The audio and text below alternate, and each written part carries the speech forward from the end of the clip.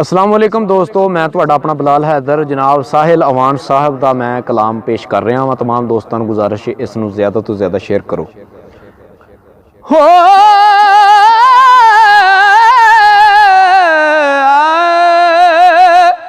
ऐन अकल वाले कदी ना हरदे ते बेअकलां लई हारां ओ रहंदे सारे आंड गवांडी दसो किस किस नूं मैं हारां।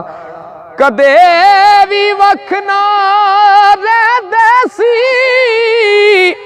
ओ किवें कलियां रात गुजारा ते कोई नहीं सज्जन बेली साहिल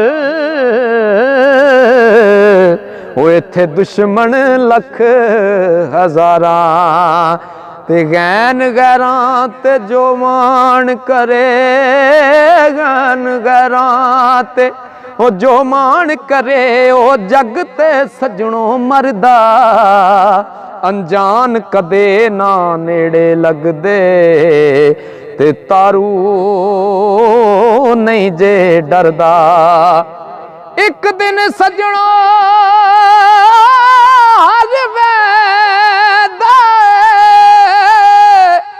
जो सीधी राह नहीं फड़दा असली साहिल ना धोखा देवण ते बेनस्ला नहीं खड़दा।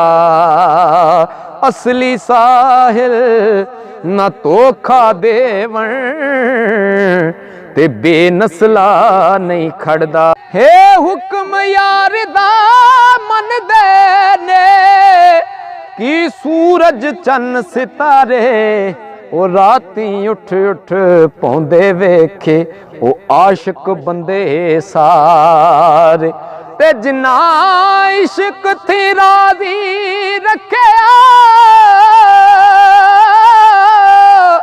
ओए उन्हां दे वार ने यारे ओ डर दे साहिल जो तरदे नाही ते यारो डुब दे नाल किनारे डर दे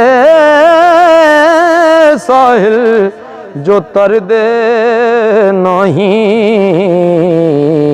ते यारो डुब दे नाल किनारे। जाल जिक्र यार दा करन वाले मुहों सजना मंदड़ा बोल दे नहीं जो यार तो सजना मरन वाले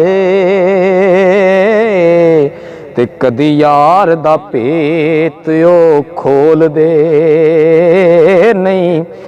वेला औखा सौखा लगावेंदे कदे यार नू सजना तोल दे नहीं ओ पवे पीड़ ते मलका खड़ वेंदे हो ते मनो कदे भी सजना डोल दे नहीं।